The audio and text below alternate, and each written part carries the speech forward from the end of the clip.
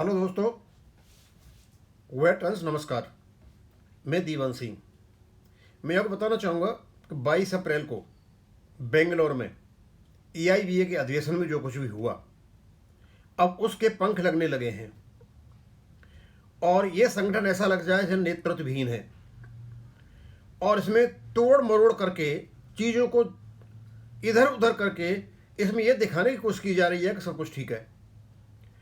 एक लेटर निकला bank of Baroda के वर्कर्स ऑर्गेनाइजेशन की ओर से कर्नाटक से। उसमें बड़े स्पष्ट रूप से कह दिया कि जितने भी रिटायर्ड बैंक एम्प्लॉइज यूनियंस में बैठे हुए हैं वर्किंग में, अपनी सीट खाली करें और जो वर्किंग एम्प्लॉइज हैं उन्हें अपना काम करने दें। और उस लेटर के निकलने के बाद पूरे देश में तूफान सा आया हुआ है, भूकंप आया हुआ है। पता नहीं ज्वालामुखी कब फट जाएगा। स्वाभाविक सी बात है, मीडिया का जमाना है, सोशल मीडिया पर सारी बातें आती हैं और जब पता चलता है कि कोई किसी ने कदम उठाया है, बीड़ा उठाया है, लंका दहन होगा, तो लगभग ये उसी की ओर बढ़ता हुआ कदम है। आज पहली बार एडवोकेट कमल पाटनी जी ने अपना बीड़ा उठा लिया और जब वो उठाते हैं तो अंदर तक ही उठाते हैं, तोड़ मरोड़ करके रख देते हैं। वो छोड़ते नहीं हैं, अच्छों को नहीं छोड़ते। उन्हें अभी तो शुरू किया है। क्या EIBA को नए नेतृत्व और नई दिशा की आवश्यकता है? बहुत बड़ी बात है, बहुत चीज़ निकल करके आती हैं इससे।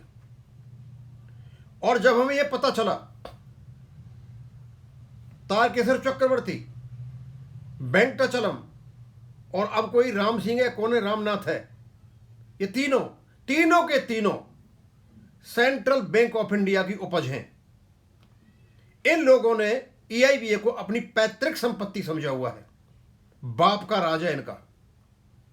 इनके लिए चाहे बैंक पेंशनों की दुर्दशा हो, चाहे श्रमिक कर्मचारियों की दुर्दशा हो, चाहे कोई मरे या जिए या कुछ भी करे, इनको अपने पद पर बना रहना है और जब छोड़ना है, जब ये मरणों उपरांत छोड़ना है, जैसे तारकेश्वर चक्रवर्ती ने छोड़ा था। उसी प्रकार यह सोच रहा है वेंकटाचलम। लेकिन यह रहेगा नहीं तब तक, क्योंकि बेंगलोर में जो उपद्रव हुआ इसी को हटाने के लिए था। अब मुझे पता नहीं इनके यहां चुनाव होता है नहीं होता है, या कोई जाने वाला ही अपॉइंट कर जाता है कि ये इसका जनरल सेक्रेटरी रहेगा, कैसा इनका कॉन्स्टिट्यूशन आई डोंट नो। लेकिन ट्रेड यूनियन एक्ट में इस प्रकार की सुविधा नहीं है। अब इन्हें क्या नियम बना रखा है भगवान जाने। और भी अभी सारे अटैक जो हो रहे हैं ये EIBA पर ही हो रहे हैं, क्योंकि असली जो गुनहगार है, चाहे पेंशनर्स हो और चाहे सर्विंग एम्प्लॉयज हो, सबकी असली गुनहगार यही है। कमल पाटनी जी ने क्या लिखा है वो मैं आपको पढ़ करके सुना देता हूं। कहते हैं, Kamal Patni Ratlam, all India bank employees association का के 30वें राष्ट्रीय अधिवेशन के घटनाक्रम ने बैंक कर्मचारियों के बीच कई गंभीर प्रश्न खड़े कर दिए हैं। संगठन के भीतर नहीं, वर्षों से चल रहे नेतृत्व, निर्णय प्रक्रिया और कर्मचारियों की वास्तविक समस्याओं को लेकर असंतोष अब खुलकर सामने आने लगा है। कॉमरेड CH वेंकटाचलम लंबे समय से संगठन पर चेहरा बन रहे हैं। उनके अनुभव, संघर्ष और संगठनात्मक योगदान से इनकार नहीं किया जा सकता, लेकिन लोकतांत्रिक संगठनों से यह भी उतना ही आवश्यक है कि समय समय पर नेतृत्व की समीक्षा हो, नई पीढ़ी को अवसर मिले और कर्मचारियों को बदलती समस्याओं के अनुसार नई रणनीति से तैयार किया जाए।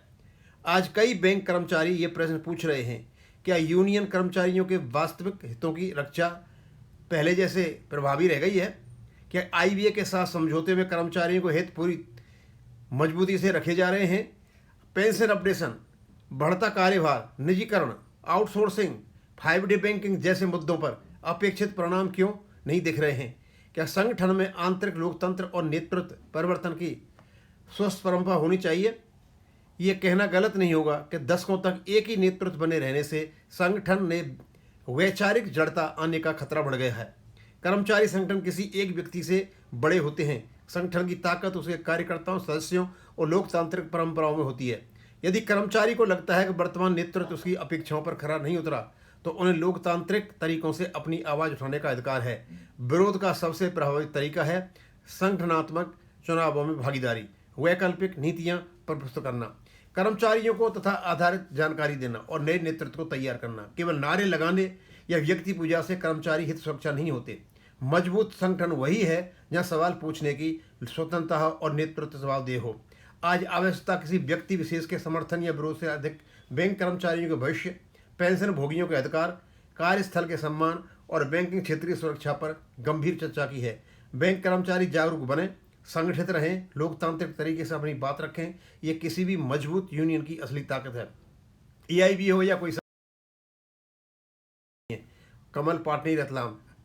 दोस्तों, ये तो निश्चित है कि संगठन कोई खराब नहीं होता, लेकिन इसको चलाने वाले जो ऑर्गेनाइजर्स हैं, इसके जो लीडर्स हैं, मेन वो इसके कल्प्रिट होते हैं।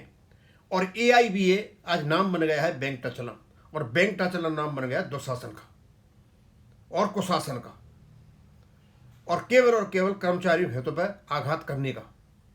अब समय आ गया है कि जितने भी वर्किंग एम्प्लॉयज हैं, इन पुराने नेताओं को उखाड़ कर फेंकें। अकेले बैंक टचलम को नहीं, सारे जितने पुराने नेता यहाँ पर बैठे हुए हैं, इनको सबको उठाएं। क्योंकि इन्होंने जब ये सर्विस करते थे, जब ये कुछ नहीं करते थे, कंट्रोलिंग ऑफिस में जोड़ तोड़ की राजनीति करते थे, और सर्विंग एम्प्लॉय जो मेहनत करते रात दिन, उनकी किसी की पोस्टिंग कहीं करानी है, किसी कहीं करानी है, किसी कहीं से खाना है, किसी कहीं से, ये काम करते थे।